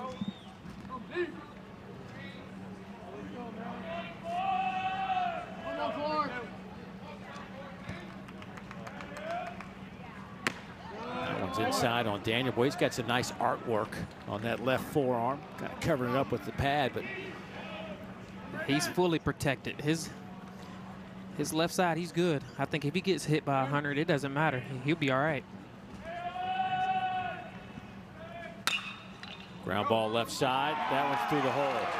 KJ Scobie can't make the play, and that'll keep the inning alive. There's a good look at all that artwork over there on that left arm. Oh, that didn't take 5 minutes. That might have taken 15 hours for all that work.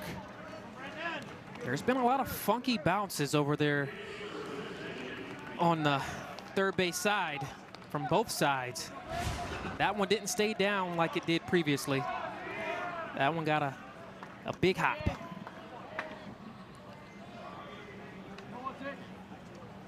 Here's Ethan Fry.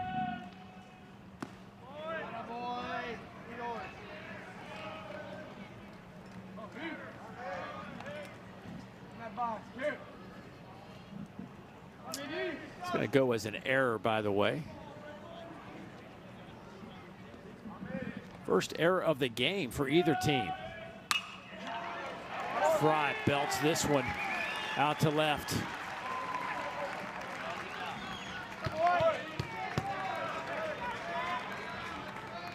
Fry now 2 for 5, his average at 361.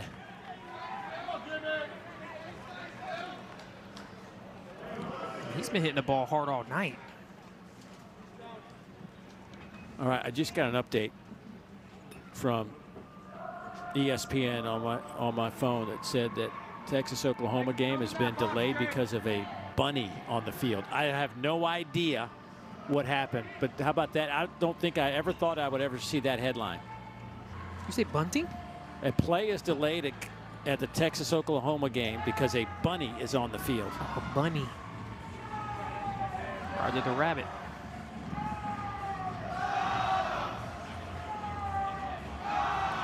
You know, you might think armadillo might be out there, or possum. I have armadillos at my house right now that's wreaking havoc. Saw the look right there. Got to be a confident man. Paul Maneri out to the mound. That'll do it for Stone. 74 pitches for Brandon Stone out of the pen. And he's going to go to a lefty here. Hey, good night for Stone. Matthew Becker coming into the fray here in the ninth. That was one of the main reasons why he came to South Carolina, and he wore 19 earlier before getting here. Being your number 19. Yes. So it was great to actually get to see him and meet him formally. So did you talk to him today before the game? I talked to him a couple months ago at the start of the season when they were honoring Ray Tanner.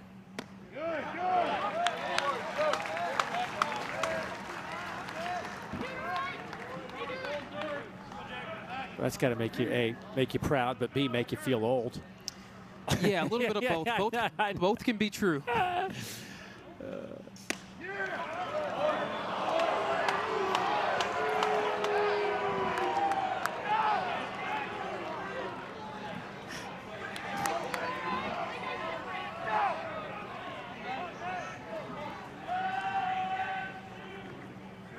2-1 the count after the crowd felt that should have been strike 2. The sophomore, Jake Brown, a little slow chopper to second. Going to have to be a quick play from Carry On, and he makes it, and Becker does his job. So 7, 8, 9 due up for South Carolina. We'll see what they can do with the sticks. They're down a run. Yes, he will face Evan Stone, KJ Scobie, and Gavin Braylon unless we get some pitch hitters along the way.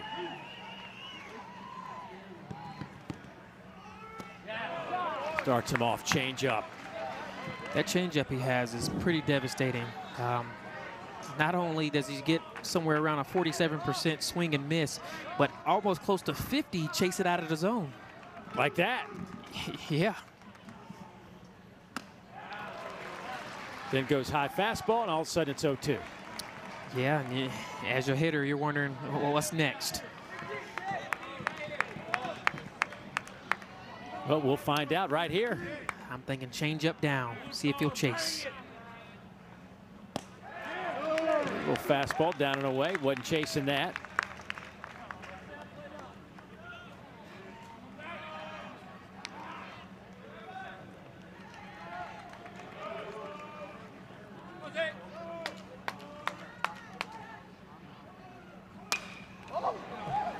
There was your changeup down and in, way out in front. Yeah, how you want to approach this, you almost got to tell yourself, you know, think with a fastball away approach, kind of shoot it over the second baseman's head, and hopefully that gets you to stay back on the changeup long enough to, that way you can kind of battle both. Just off the plate, that was a ball. The crowd does, the LSU crowd doesn't like it. But now it's even at 2-2. Evan Stone 0 for 2 today. He's walked, struck out, and lined out. And this one's popped up. That one will get out of play.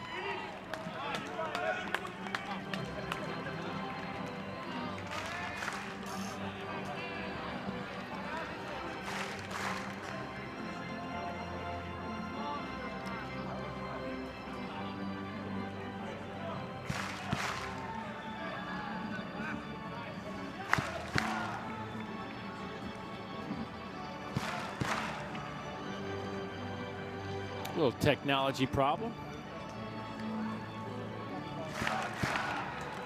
Josh Jordan over there, jack of all trades.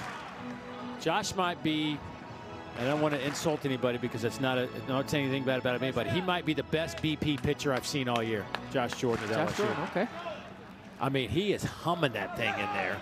And the screen is also not like me when I pitch BP to my kid. The screen's 20 feet from him because I can't get it up there anymore. Well, right? some guys, they actually have better location when they throw harder. It's harder for them to kind of lob it in there. I'm one of them. I try to lob it, and who knows where it's going to go. Right. I have to put a little bit on it. It's an art form.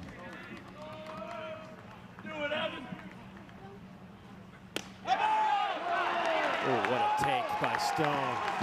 Back-to-back, really good takes. Well, you can see. They are definitely balls. And yeah, that is off the plate a few inches. Great poise by the senior Stone. Got him, went to the changeup.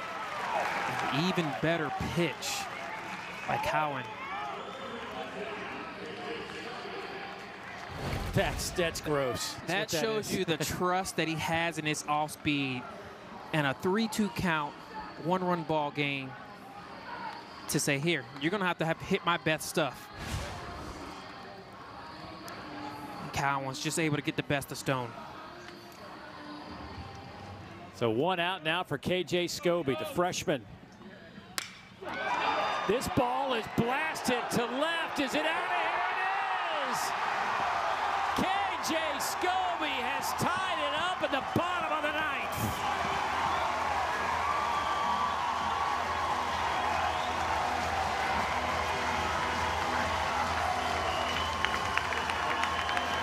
I tell you what, as a freshman, that has to be one of the best feelings. You have Cowan, one of the best closers in the SEC, to step right in there, be aggressive early in the count, and take advantage of it.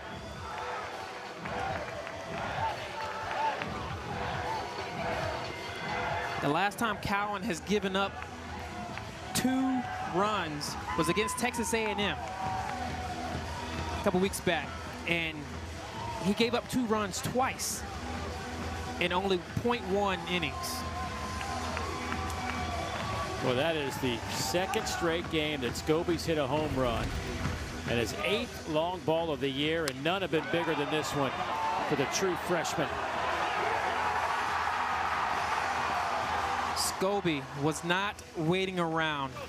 You know Cowan likes to throw his changeup, and he sat on it first pitch. That's what you call playing the percentages.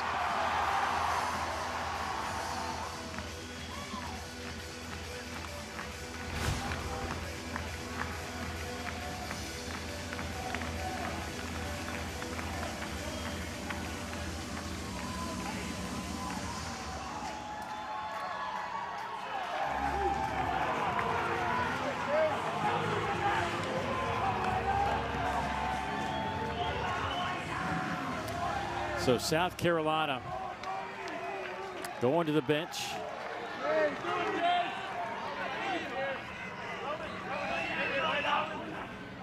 Jace Wadham gets the bat. Wadham, junior college transfer at a Kansas City, Kansas Community College. Hitting .312 on the year. He's got 6 home runs. It's 2-0. Make it 3-0. Wadham represents the winning run here in the bottom of the 9th.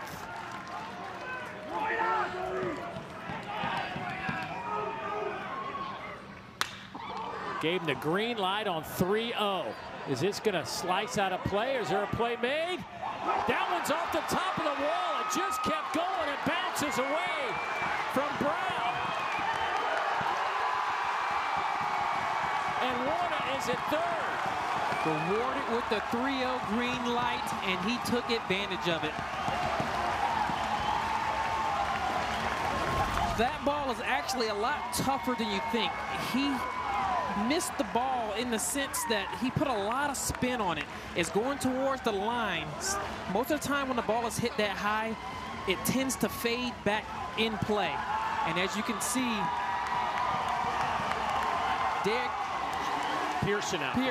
Pearson got turned around a little bit. And that's all set up because of all the spin that he put on it. Not on purpose, but it plays. Boy, I just looked like that ball was going to be in foul territory. It kept going and hanging in the air.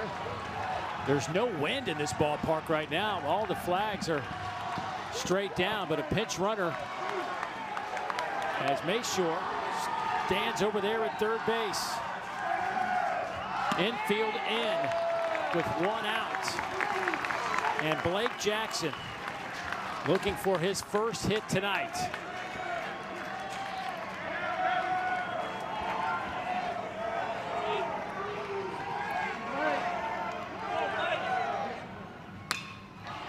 This one's lifted in the air and looks like that will be a foul ball. And it is. Yeah, that particular play, yeah, Blake, you're looking for something that you can obviously drive. Pearson, on that particular play, anything in foul territory, for the most part, you honestly will want to maybe just let it drop foul unless you know you can throw the runner out. To be able to let the pitcher possibly throw another pitch to get him out a different way. But you want to be careful going into foul territory and catching it, in a sense. I mean, you don't want to.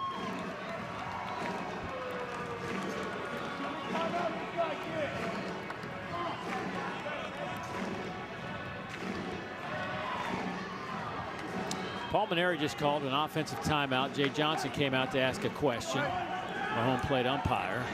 Not sure what that was about. But both of the respective coaches back in their dugouts. We're ready to play a little ball on a 1-1 pitch.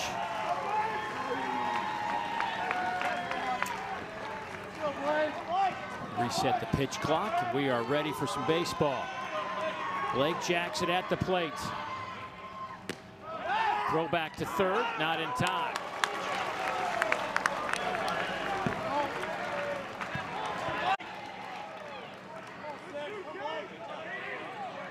That'll make your heart skip if you're Mayshore over there. Got back in time, so here we go. Again, infield in. That one misses inside. It's 3-1. Now with it being a hitter's count, it'll be interesting to see if they'll actually give him something to hit. Maybe try to get him to chase to get to a 3-2 count. But they might want to get somebody in double play. That hit him. Maybe not the worst thing to happen if you're LSU. Yeah. The only problem is now you get to face Nathan Hall, who leads the team in batting average, was tied for the team lead in home runs until Scobie went yard.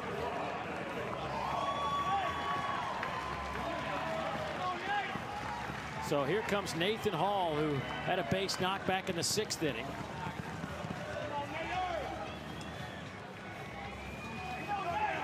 One for 4 today. His average has dipped down to 328. 38 runs batted in on the year. 39 would make him a really happy man, as well as the South Carolina faithful.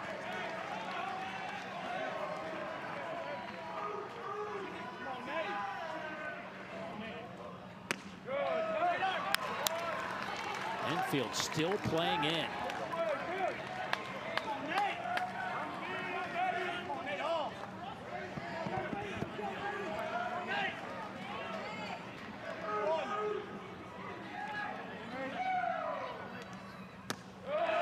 Oh, 2.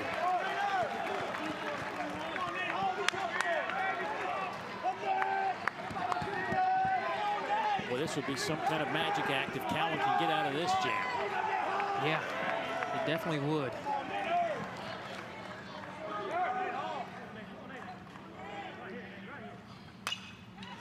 Foul tipped at the plate.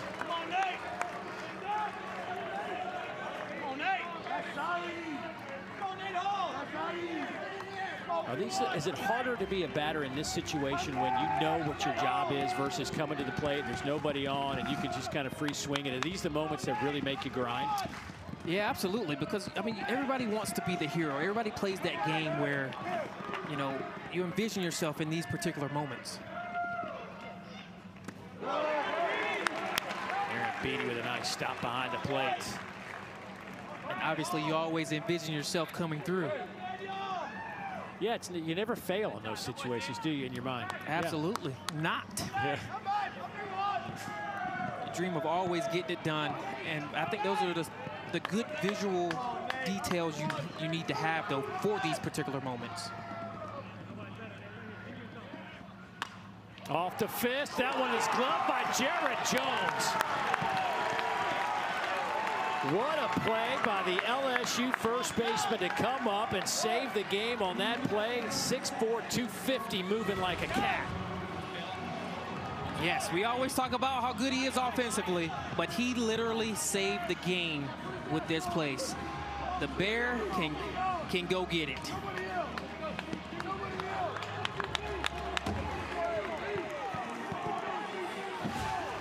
I think that look sums up the entire season. So they will put on Henry Kazmar, who has back-to-back triples in his last 2 plate appearances. So the bases are now loaded. And here's an opportunity for Gaskin, who came on as a pinch runner. Gaskin steps to the plate with a .276 average. 1 homer. First pitch he sees in there for a strike.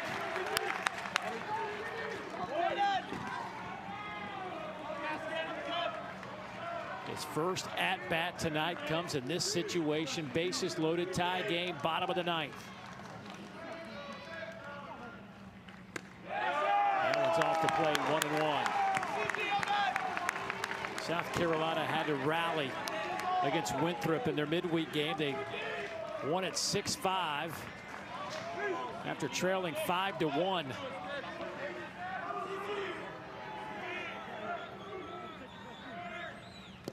That one gets away, and this will be a walk-off winner for the Gamecocks. Gamecocks win.